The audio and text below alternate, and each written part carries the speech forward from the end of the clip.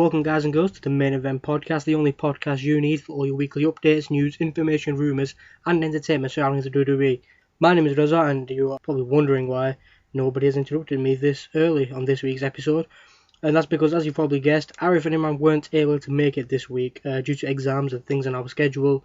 It has had an impact, which is why this episode is a couple of days late as well. So I personally apologise for that, and Imran has sent in his apologies for not being able to be with us today either. But never mind, as they say, the show must go on. The build up to Extreme Rules continued this past week as we reach episode 23 of our podcast, which is the 20th consecutive episode, which was ever so close to coming to an end this week as well. Our numbers are still looking good, and of course we wouldn't be at this stage if it wasn't for the very few avid listeners we do have. We have always said, even if one individual tunes in every single week and listens, we are more than happy. So a big thank you to the fans and friends of the Main Event Podcast on Facebook, Twitter as well. I've received some positive messages and I'm having some good WWE related conversations as well with some of my followers. A couple stand out more than others, so thank you. That's exactly what we want. You know exactly who you are as well, so hopefully your efforts don't go to waste and you continue to help us grow. We appreciate every single one of you for sticking with us, all of you on Facebook, as I've said, a couple on Twitter as well. I talk to you practically on a daily basis, which I can tell you love the WWE and vice versa. So yeah, if you do find any of us, Imran, Arif or myself on Facebook or Twitter or whatever, then feel free to follow us, add us, and we'll happily talk all things WWE with you. Alternatively, you can turn up to Arif's house. He isn't here, so you can't stop me from giving his address out. So stick around for that a little later on. Our content is not only on YouTube, but if you do use iTunes, please download our episodes every single week from there. Any BlackBerry users, you can find us in whatever they call your podcast store. I don't think it's called that, but you know. Podomatic as well as Stitcher.com. No Stitcher slogan today from Arif, thank God. That's 20,000 plus radio shows on Stitcher.com, which you can listen to on the go, including us. And we are in the top 10,000, which is a great feat for us, thanks to you guys, of course. And hopefully we continue to rise up in the charts, and you download our shows as well, which is equally as important to us. As always, we want to hear from you in any way and every way possible. You can like us on Facebook at the Main Event Podcast, send us an email at tmepodcast@gmail.com, and of course please visit our website www.tme-podcast.com, podcast with a P, for all our not so latest content and information. Please do get in touch. We would love to hear from you more and more as time goes by. Your questions about us, our thoughts on the WWE, favourite superstars, pay-per-views, our thoughts on the current product, our never-ending love for Damien Sandow. We all love Damien Sandow here. Damien Sandow is the best, isn't he? One of the greatest superstars on the current roster. Oh, is that? Yeah, you guys aren't disputing that, are you? There we have it then. Anything and everything you want to ask, we will answer. And as I've said for the past few weeks now, our latest feature involves you filling in a simple application form or sending us an email, a comment or a tweet simply saying, "Ray, it's my birthday." That's where Arif steps in. He will kindly serenade you with his very own Happy Birthday Creepy Mysterio edition. And we hope you stick with us as we continue our journey to become a top or even a recognisable WWE podcast. With your help, we will achieve our goal. Right then, this week I hope to have some good stuff lined up for you today, just like every week. The reviews, the news, and probably not many discussions this week as I can't discuss with myself or I will be deemed as crazy. Last week, one of the discussions was something that I should choose to forget. I gave my Scooby-Doo WrestleMania review after I lost to Imran in the WrestleMania predictions. Next week, everyone is back with the Extreme Rules predictions. Please hope I win this, so Imran has to review Total Divas and Christmas Bounty, I think it's called, or Slam City, who knows. But Imran will probably enjoy them all, so it's not really a punishment, I guess. Anyway, if for any weird reason you want to listen to my terrible review of Scooby-Doo, then please go and download or listen to on YouTube episode 22. Let me know in the comments or on Facebook or Twitter what it is you think about Scooby-Doo or my terrible review. Before I start, I should say Imran is not appreciated enough on this show. I mean, having to sit through and watch and take notes on SmackDown isn't very good, as I've had to do this past week. So Imran, I apologise for giving you a hard time on SmackDown. It's really bad. But yeah, let's start with what happened on last week's SmackDown. Airing on the 18th of April from Nashville, Tennessee. Well, welcome to SmackDown. Triple H comes down to the ring to kick things off. He says that part of his job is to find the greatest talent around the world and watching them succeed. He said that the Shield is the group of talented he has ever seen in many years. He gave them power, maybe gave them too much power. And when you have power, you try to find out how far power can take you. However, when you find that line, you do not have enough power to get across and the Shield crossed the line. They paid for crossing that line. A video package is shown on how we got to this point with him and the Shield. Triple H says that they can move past all this, all they have to do is beg for his forgiveness.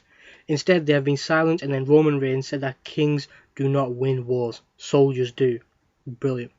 He says this is not reality, the soldiers are the currency on empires that are bought and sold. He says their value is gone. At Extreme Rules, the Shield will step into the ring with Evolution. They return at Extreme Rules to show what real destruction and power really is. Good opening segment for SmackDown. Strong opening segment. First match, Alberto Del Rio took on Big E. The Intercontinental Champion picked up the victory in 10 minutes. After the match, Del Rio tried to attack the champion. He went for the super kick, but Big E blocked it and hit the big ending. Next, we have Paul Heyman in the ring. He says he represents the next up and coming star in the WWE, which is Cesaro, as we know. Also, he represents the guy who beat the streak, Brock Lesnar. He repeats himself by saying that his client conquered the streak. This obviously gets mega heat for it, as you can expect. He thanks the fans for letting him get it off his chest to all of them. He says a bit out of character. He says from the bottom of his heart, his client Brock Lesnar conquered the streak. Just so you know, Brock Lesnar conquered the streak. He broke at WrestleMania. The new Divas champion Paige defeated Aksana. That, something for Paige to do until her Extreme Rules match, I guess. Sheamus has a backstage interview with Renee Young. He is shown a clip from 3 weeks ago of Batista attacking him with a steel chair and nailing him with a Batista bomb on SmackDown. Sheamus says that Batista took the easy way out. He explains it's not who hits the hardest, it's who can take a punch. He said that last time Batista got his shots in, this time he will. It's time to fight. Now this reminded me why I hate SmackDown, but at the same time I appreciate him for sitting through it. El Torito defeated Hornswoggle. Yeah, that happened. Really, it happened. Alexander Rusev then beat R-Truth. Xavier Woods, who is R-Truth's partner, tried to attack Rusev. Bad idea. That didn't work. Rusev with a splash in the corner and laid him out as well. Next match, Santino Marella rolled up Fandango for a win inside 2 minutes. And the main event, a decent match, which was expected, as Sheamus has been pretty good in the ring since his return. And if it wasn't for this, I probably would be crying right now that I had to waste my time on this. But it finished with Batista hitting the Batista bomb on Sheamus for the win. A decent SmackDown, nothing special, I've seen worse. Personally, I would give that 2.5 out of 5. Of course, Imran will be listening in, giving his expert opinion on why this show is probably a 2 and not a 2.5. If you watch SmackDown, which I don't know why you would do, please let us know what you thought of the show. We'd love to hear from you. This follows on to Monday Night Raw. Take over Active Duty as well this week. I feel very special. April 21st, 2014, from the Baltimore Arena in Baltimore, Maryland. The show begins with the arrival of the WWE World Heavyweight Champion Daniel Bryan. His now wife, Brie Bella, is in the ring leading the WWE Universe in Yes Chance. But before Daniel Bryan can talk, Stephanie McMahon makes her way to the ring. She says she couldn't resist the moment to come out here and congratulate them on their marriage. She says at WrestleMania he became the champion and they married the love of his life in the same week. Stephanie says the wedding was breathtaking. She says she wanted them to get a wedding present, and at Extreme Rules he will defend the championship against Kane. That's a nice present, isn't it? She says that Kane in demon form is unstoppable. He needs to get his pretty little wife out of harm's way, which then signals Kane's music. Stephanie keeps shouting at Kane, not now, not now, before he comes out from the side of the arena, I think next to the commentators. Bryan backs Brie to the announce table, but Kane shows up and grabs Bryan.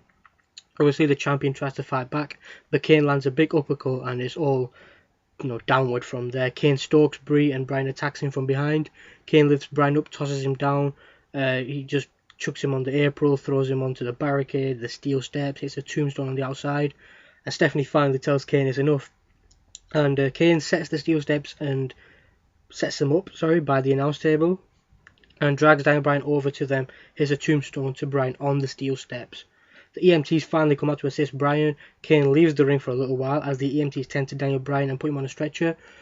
Kane then comes back and pushes Bryan off of the stretcher. Kane starts taking the announce table apart. He completely destroys the ringside area, picks Daniel Bryan up and tosses him on the announce table.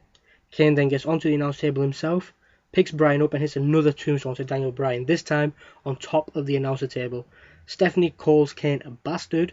Kane then leaves the ring area and the EMTs assist Bryan again on the announcer table. Back from commercial break, the MCs are still tending to Daniel Bryan. They have him strapped onto a stretcher. Brie is walking next to him, and Stephanie's still in the ring holding both of the championships. We then see what just transpired between Kane and Daniel Bryan. Stephanie then tells the crowd to give Daniel Bryan a round of applause in a very sarcastic manner. We go back to the announcer table and they talk about the Intercontinental #1 Contender tournament. Our first match will be right now. Bad News Barrett makes his way to the ring. He grabs a microphone and, as expected, he has some bad news for everyone. He says it isn't as bad as Daniel Bryan's news, but it's still bad. Brilliant. He says the luck of the Irish is running out.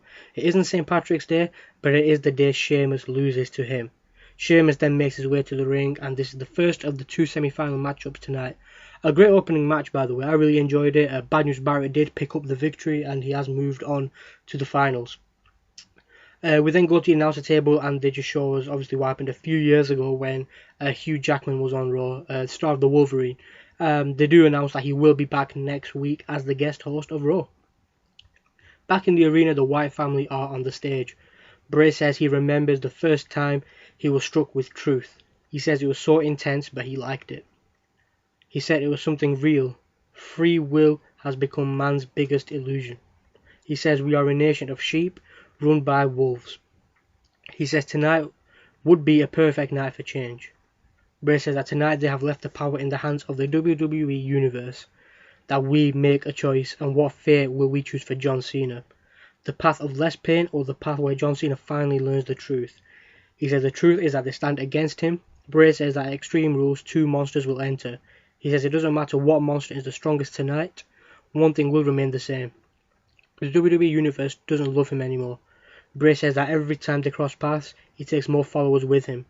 He tells Cena to listen as it happens. He then leads the crowd into singing. He's got the whole world in his hands. Bray says to feel with him.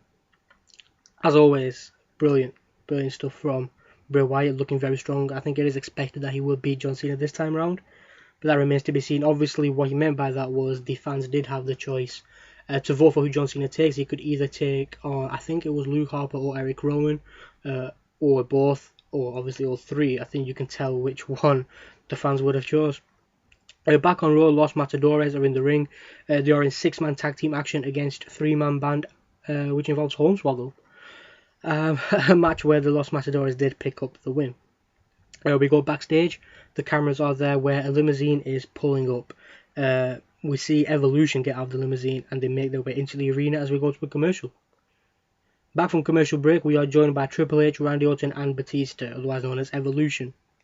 They make their way to the ring. Triple H starts by saying he laughs every time he thinks about it.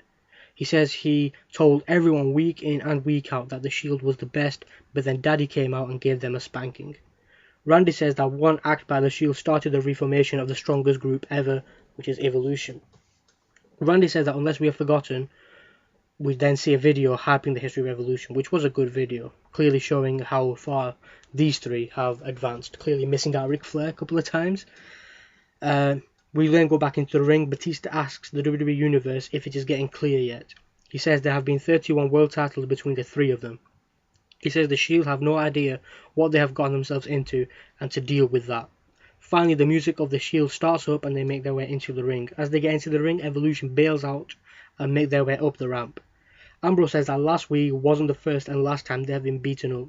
He tells them well done for what they did. Ambrose asks Triple H if they look humble to him.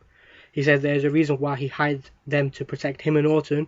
He knows that the Shield are the meanest and most ruthless animals in this industry. Seth Rollins, as if someone would say, then gets on the microphone and he says they have every right to be angry after last week. Rollins then says that he has every idea what they are getting themselves into. He says that Evolution talks about how they were built for dominance, but they weren't. He says that Extreme Rules, it will be an all-out war. He says when it comes down to it, Evolution will be looking out for themselves. He tells Triple H that he is going to do what's best for the boss, not for Evolution. He says that the Shield is the most dominant force in the history of the WWE and they will rip them into pieces at Extreme Rules. He then says they have nobody but themselves to blame. Roman Reigns gets on the microphone. He says that in a few moments they are going to drop their microphones and go up the ramp and do something about it. He says they can be men and fight, or they can be cream puffs and run and hide. He says to watch the Shield get out of the ring and then head up the ramp. As they walk up the ramp, the entire locker room, as last week, empties and stands behind Evolution. Triple H says there is a third option, who does seem to have a very sore throat this evening. It was very difficult to understand him. He says, in life, either you adapt or you perish. That is Evolution. A very good promo. Again, the Shield are looking quite strong, even on the back foot at times. Roman Reigns was good on the microphone as well, which was a positive sign. All three members of the Shield are doing a great job, especially since it was considered that as Reigns is the breakout star, Ambrose and Rollins will get lost along the way, but obviously it didn't sound like that. Rollins was brilliant as well. Looking like a great feud, opens a lot of doors, and we'll see what happens at Extreme Rules. We then go to the announcers, who shows what happened to open the show between Daniel Bryan and Kane. The announcer tells that Bryan is at the hospital getting tests right now, and that's all the news they have for us at the moment. Ryback will then join the announcers at the announcer table. The WWE Tag Team Champions, the Uso, with the mirror, make their way to the ring. They will be in tag team action against Cody Rhodes and Goldust, where Jimmy hits a super kick to Cody for the 3 count in a decent match. After the match, Goldust tries to help his brother Cody up, but Cody shoves him away and leaves the ring. Interesting, Cody goes after him, but back in the ring, Ryback will attack the Usos from behind. Axel hits a big knee to the face of Jimmy. Ryback grabs Jay and hits the shell shock. Ryback then leaves the ring while Jay checks on his brother. Ryback was brilliant on commentary, I must admit. I wasn't expecting a lot with the board that is Curtis Axel sitting there, but Ryback was brilliant on commentary. I enjoyed his little stint. Fandango and Layla are now in the ring. Layla will be going one-on-one with Emma. Not the best of matches, as you can expect. The finish was even worse, as Emma she won the match after she pulled out a pink cobra. Yeah, I know. We then go back to where Renee Young is with John Cena. Renee asks John how he feels about his match tonight. John says his fate relies on the WWE Universe because they get to vote on how many members of the Wyatt family he has to fight tonight. He says if he has to fight them all, and will, very loud, let's go Cena, and Cena sucks chants begin. He says everywhere he goes he hears Bray Wyatt's song. He says Bray might have the whole world in his hands. Cena says if he has to fight all members of the Wyatt family tonight, his back will be against the wall. He says he has to survive tonight, but at Extreme Rules it will be just him and Bray inside the steel cage. Back in the arena, we are joined by Cesaro with new music and Paul Heyman. Paul Heyman introduces himself to the WWE Universe. Heyman says that he is also the advocate of the Beast incarnate and the Beast who conquered the streak, in case you forgot, at WrestleMania, Brock Lesnar. Heyman is cut off by a commercial break, which I thought was a bit weird. I don't know what happened there. But yeah, after the commercial break, Heyman is still in the ring talking about Brock Lesnar ending the streak at WrestleMania. He says it over and over and over and over again to the WWE Universe. He goes to say it again, but it's interrupted to the music of Rob Van Dam. He makes his way to the ring, and we head to our second semi-final matchup. A good match, to be fair, as expected, with Cesaro in the ring as well. Cesaro was about to go for the swing, only for Jack Swagger's music to play. He and his manager Zeb Coulter made their way down to the ring. Van Dam tried to attack Cesaro with a crossbody off the top, but Cesaro hit him with a brilliant uppercut. Cesaro then rolled Rob Van Dam into the ring, and Swagger pushed Cesaro into the steel ring post behind the referee's back. The ref then counted to 10 before Cesaro could get back into the ring, which meant RVD won the match and takes on Bad News Barrett in next week's final. After the match, Swagger attacked Cesaro in the ring.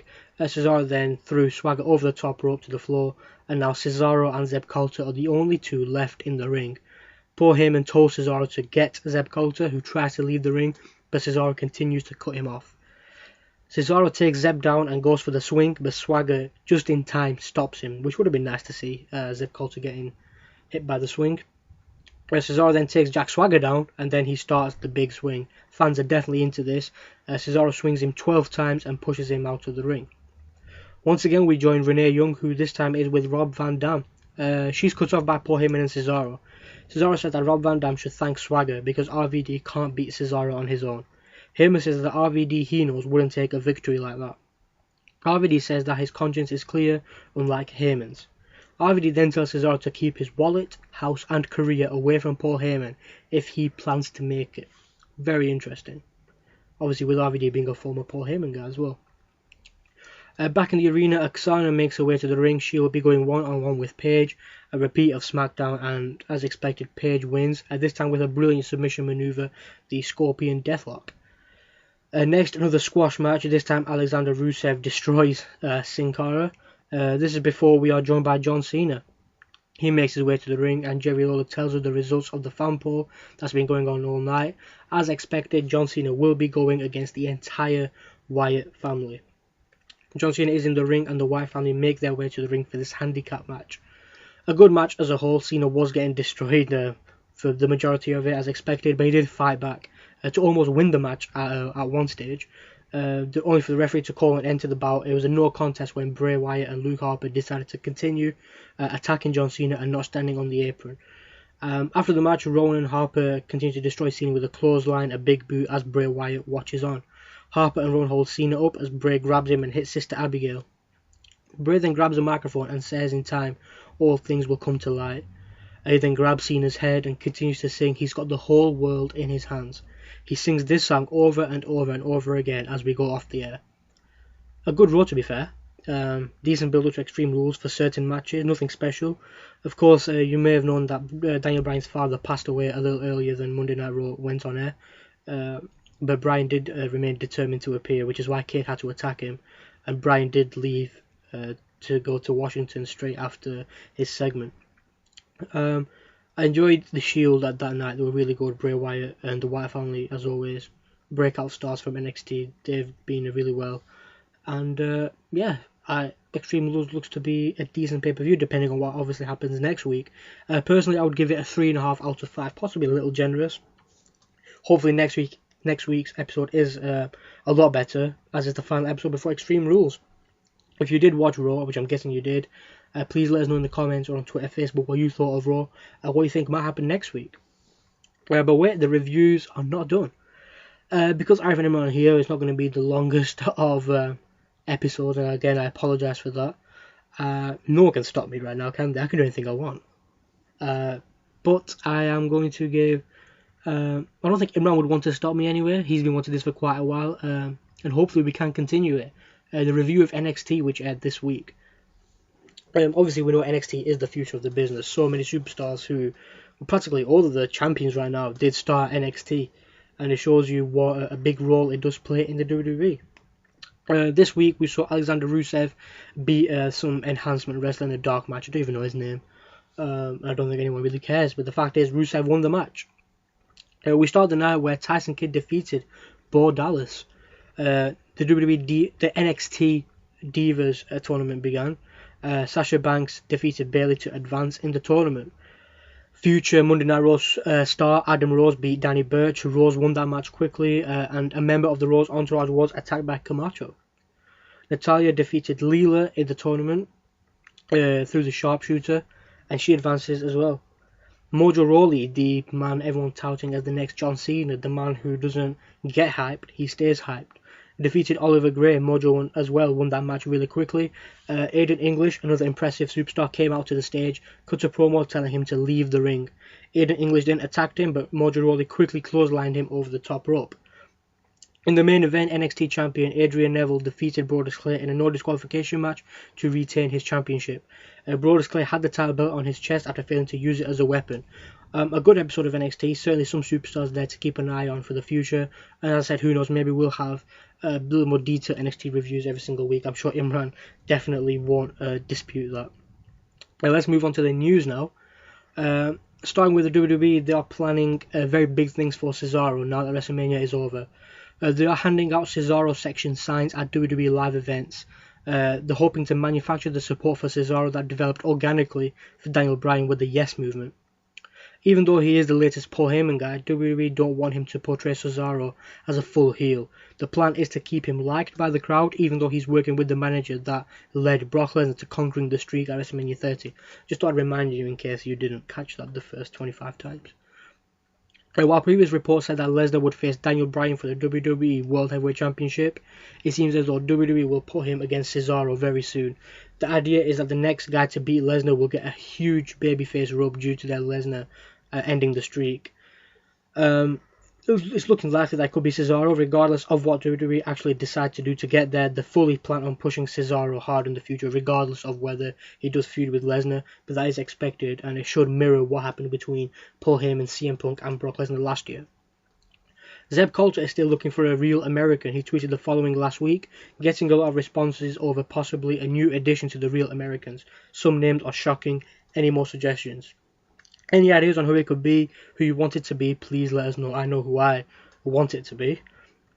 WWE has told current and former talents to stop appearing on the Nancy Grace TV show. As you might have heard, she kind of disrespected a lot of these superstars when Diamond Dallas Page was on the show about steroids having a big part in the death of superstars. And yeah, as I said, very, very disrespectful. During an interview with Paul Heyman on the Steve Austin podcast, Austin admitted that he would be tempted to return to WWE for a match against Brock Lesnar. The two were discussing how Brock has not reached his potential as a wrestler yet, and when Heyman brought up the idea of Austin returning to face Brock, Austin said he would have to pause and continue that conversation off the air. Heyman joked that the news would be the headline coming out of the show. Obviously, Austin remains tremendously popular. He's got a good relationship with the WWE. He just appeared at WrestleMania 30 as well, and he always seems to leave the door slightly open for one more match. In the past, he has teased that he would return if the money and situation is right. Of course, Austin is 49 years old. It remains a question if he can physically handle a return, given his medical history. It's not just any superstar. It's Brock Lesnar, a very, very powerful superstar. It could be tricky, but obviously something the fans might want to see. WWE Studios are planning to release around 8 to 10 more films for the rest of the year, which is good news because it means more films for Imran to review when he does lose in the predictions over the year. Sami Zayn officially wrestled in his 30th country last week. He was part of the Saudi Arabia tour with the company, and he picked up a win over Damien Sandow. A big feat for him. Obviously, wrestling in 30 countries just shows what wrestling as a whole means to him. Massive talent to keep an eye on. On the same tour, Roman Reigns of the Shield, he picked up the biggest win of his career in a singles match against Randy Orton. Big things scheduled for him as well. The Shield vs Evolution program is intended to build toward an eventual match between Roman Reigns and Triple H. While current plans are set to feature the bout at SummerSlam, it is believed that it could be stretched out longer if needed, or if desired as well. That could leave the match to take place at, I think it's Hell in a Cell or Survivor Series. It takes place after SummerSlam. I'm not sure what order, but that is the plan. WWE are planning out on getting rid of the term pay-per-view for their big shows. Instead, they want to refer to them as special events. Despite that fact, SummerSlam is still being billed as a pay-per-view, so it's likely that the big four shows will still be dubbed as pay-per-views. Batista is currently not advertised for any WWE shows after Extreme Rules, which suggests that he'll be taking time off after the event. He of course has his role in Marvel's Guardians of the Galaxy as Drax the Destroyer to promote, and with that film opening on August the 1st, he has some promotional work that he will have to do. But yeah, he is currently scheduled to team with Evolution against the Shield at the pay-per-view. That is definitely going ahead. WWE.com posted an interesting article looking at the 8 predictions for WrestleMania 31. They were basically 8 people who work for the website. 8 different people provided their own prediction for what can happen. One of them said John Cena will join the Wyatt family, which will happen between now and WrestleMania 31. Roman Reigns will win the 2015 Royal Rumble match, very likely. The WWE World Heavyweight Championship will be split back into 2 championships. Who knows? Stephanie McMahon will target the Divas Championship. That is a little interesting to me. Zeb Coulter will form a stable of Real Americans. As we know, Zeb Coulter is looking for a new Real American, whether that means 1 more edition, 2 more, 3 more, 4 more, who knows. Cody Rhodes will win and cash in his Money in the Bank briefcase.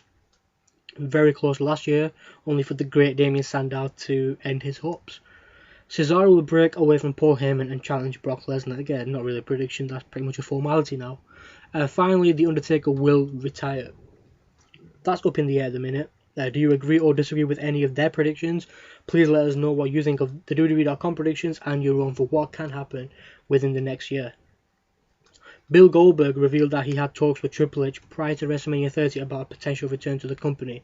The last time we saw Goldberg was over 10 years ago now, when he faced Brock Lesnar at WrestleMania 20 with Steve Austin as the special guest referee, who then went on to hit them both with a stunner.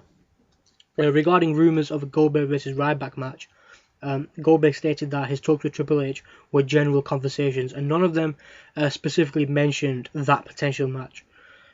When he was asked if he was interested in a return to WWE, he had the following to say: "Would I love to do it again and have my son and my wife, who has never seen me wrestle? Abso-damn-lutely. Would I jeopardize what I've done in the wrestling world just to make that happen? No. So if I wasn't ready to do it, physically ready to do it, and it wasn't the right situation, I wouldn't do it just to do it. If that was the case, I'd probably be at WrestleMania this year. It just has to be right, and if it's not right, then I'm retired for good. There's not many options left for Goldberg right now. Who knows what kind of shape he's in, if he can wrestle. At a time, that Ryback match would have been interesting, would have been perfect for Ryback to have been put over by, someone as big as Goldberg. But obviously, looking at the state of Ryback now, how he has downgraded quite a lot since his massive face pushes, I doubt that will happen, and I doubt we will see Goldberg wrestle again. WWE revealed the 10 most watched shows on the WWE Network from last week. The updated list includes the Raw Backstage Pass at number 10, Legends of WrestleMania, The Ultimate Warrior at number 9, WWE NXT at number 8, the Raw Pre-Show at number 7, Daniel Bryan's WrestleMania 30 Journey number 6, WWE Main Event at number 5, number 4 sees The Ultimate Warrior, The Ultimate Legend. At 3rd, Ultimate Warrior's Greatest Matches, number 2, WrestleMania 30, number 1, supposed to be a really good program, I've not seen it myself, WWE Legends House. AJ Lee was given time off from WWE at her request. She left just before Raw last week, 7 days after she lost the Diva Championship to Paige. It is believed that she asked for time off in order to settle in with her new fiancé CM Punk. She is moving to Chicago to be closer with him. The plan is now for AJ to return next month, as she is scheduled for the European tour during the middle of the month, which will include TV tapings. Her first US events aren't scheduled until June, so she will likely remain off TV until after the Extreme Rules pay-per-view. And when she does come back, she will likely challenge for the Divas Championship. Obviously, it remains to be seen whether that is Paige or Tamina. I think it is looking likely that will be Paige. During an interview with NBA.com, Atlanta Hawks guard Jeff Teague was asked about the Undertaker streak ending, and he wasn't really happy about it. I am mad about that. I can't believe they did that, man. They could have picked somebody better than that Lesnar. They could have got CM Punk, but I think it was a massive mistake. I don't think it was supposed to happen like that. I think Brock Lesnar was a better choice than CM Punk. Truth be told, I think it was supposed to happen like that in WWE's eyes. That was the original plan going into the match, so I don't think it matters what Jeff Teague says. There was belief online prior to this week's Monday Night Raw that Adam Rose would be making a television debut on the show. While his bus was at the building, it has also been at the building last week, and he generally travels to all the cities, as is the bus that the crew uses for work. All of the Rose vignettes were filmed on that bus. They were all shot prior to WrestleMania 30 in New Orleans earlier this month. Despite the feeling coming out of Raw that Bray Wyatt is in store for a babyface turn, the plan is to keep him a heel for the time being. The thought behind the Wyatt family right now is to keep them heel until the Shield turns heel themselves.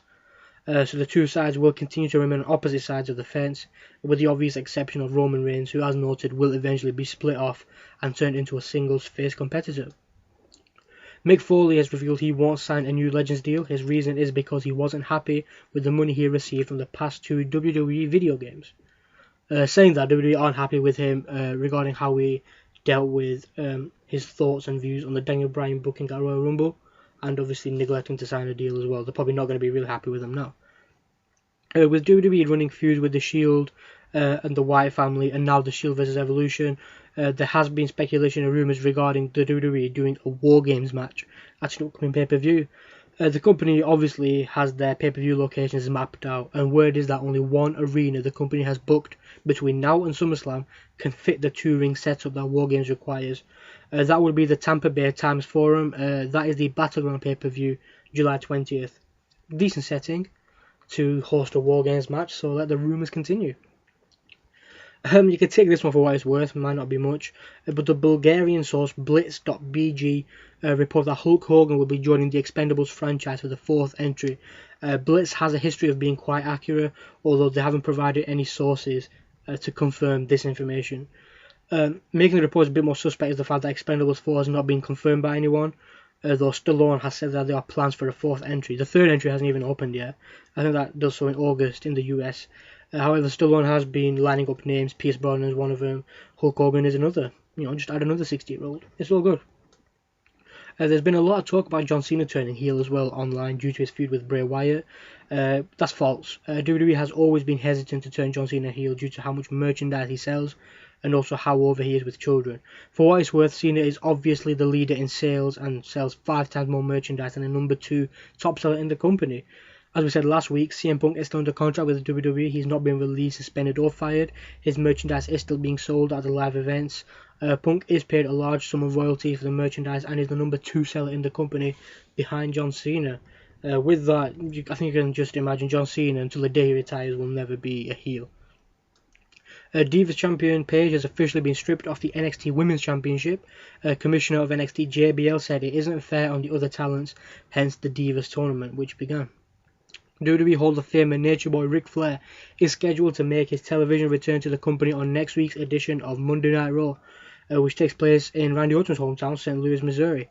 I think you can assume that Flair will be coming in to take part in the ongoing storyline between Evolution and The Shield. Obviously, to be part of Evolution. It should be noted, however, that the original plan called for Flair not to be involved in that angle, so it does remain to be seen how or in what capacity they will use Ric Flair in. NXT watchers, I'm sure you've seen NXT Arrival, the first, let's say, some sort of special event for NXT talent. The second special is titled NXT Takeover, and 3 matches have been announced on the tapings. It will air on the WWE Network live May 29th. The number 1 contenders match for the NXT Championship, Sami Zayn will take on Tyler Breeze.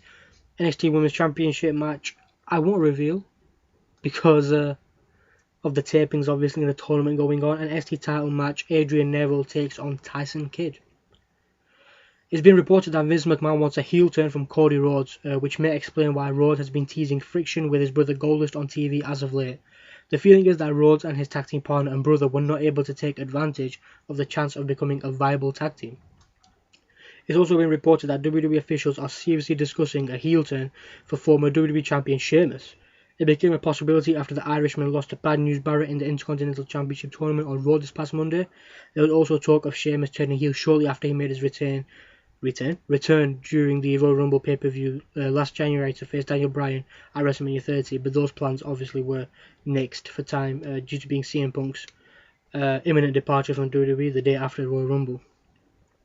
WWE.com listed their 50 best talkers in wrestling history. Very interesting article. I recommend you reading it on the website. Scott Steiner landed in at number 50. CM Punk got a mention at number 16. Obviously, this is the latest they've mentioned CM Punk after he appeared in the article of 25 greatest mic moments in wrestling history. The top 10 of the 50 best talkers include Chris Jericho at number 10, my new best friend, number 9 Hulk Hogan, number 8 Bobby the Brain Heenan, number 7 Mick Foley, number 6 Paul Heyman, number 5 Dusty Rhodes, number 4 Stone Cold Steve Austin, number 3 Rowdy Roddy Piper, number 2 The Rock, and number 1 the Nature Boy Ric Flair.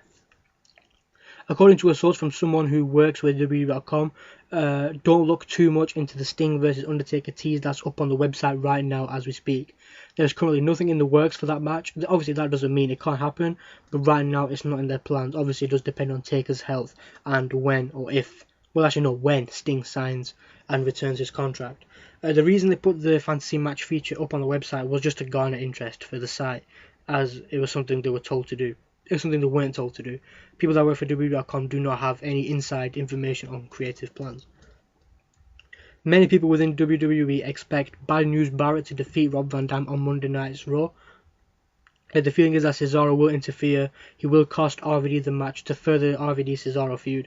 If that was to occur, it would set up 2 new matches for the Extreme Rules pay-per-view. Bad News Barrett will take on Big E for the title, and RVD will take on Cesaro and Jack Swagger in a triple threat match, which doesn't really make a lot of sense. They could obviously end up just doing a singles match between RVD and Cesaro, but we'll have to wait and see what they go with. Speaking of Big E, he defeated Bo Dallas at one of the NXT tapings. The match between the two will air, I think, in a couple of weeks. The match had a stipulation that if Bo Dallas lost, he would have to leave NXT. If he won, he would be granted a title shot. He did lose the match, which obviously I don't think is really a spoiler because he will make his WWE debut, main roster debut, very soon, which could be at the end of May. Finally, a look at the updated Extreme Rules card. Alexander Rusev with Lana will take on Xavier Woods and R-Truth in a handicap match. Big E will take on the winner of Bad News Barrett or RVD in the finals of the Intercontinental Championship match. Bray Wyatt takes on John Cena in a steel cage match. Paige defends the Divas Championship against Tamina Snuka. The Shield, consisting of Dean Ambrose, Roman Reigns, and Seth Rollins, take on Evolution, Triple H, Randy Orton, and Batista in a 6-man tag team match. And finally, Daniel Bryan will defend his WWE World Heavyweight Championship against Kane in an Extreme Rules match. That concludes the news. Again, apologise for being such a very short episode. I'm sure you can understand with exam periods and things, everything is a lot hectic. In a couple of weeks, hopefully we will be back every single week, a lot more consistently. What is that? Yeah, let's finish it off by turning it up a notch. Iris not here. I'm sure he probably won't have anything positive to say about it, but let's have Raza's theory of the week for once. Let's treat you guys. My theory of the week, I think you can guess who it is probably going to be about. Damien Sandow will win the WWE. I'm joking, no. Damien Sandow will, in my opinion, be the newest real American. Who do you guys think will be the newest American? Do you agree with my theory? Do you disagree? Please let me know. And unfortunately, that is all I have for you this week. Apologies for Arif Animan not being here. You have no idea how much I actually do enjoy them being here, as much as they bully me. And I apologise for the delay in uploading as well. I sincerely hope you continue to spread the word, continue to support us. Hopefully your efforts don't go to waste. They will be back next week. Obviously with exams coming to an end in a couple of weeks as well. We will resume as normal where we predict the outcomes of the Extreme Rules pay-per-view. Take care and we will see you next week.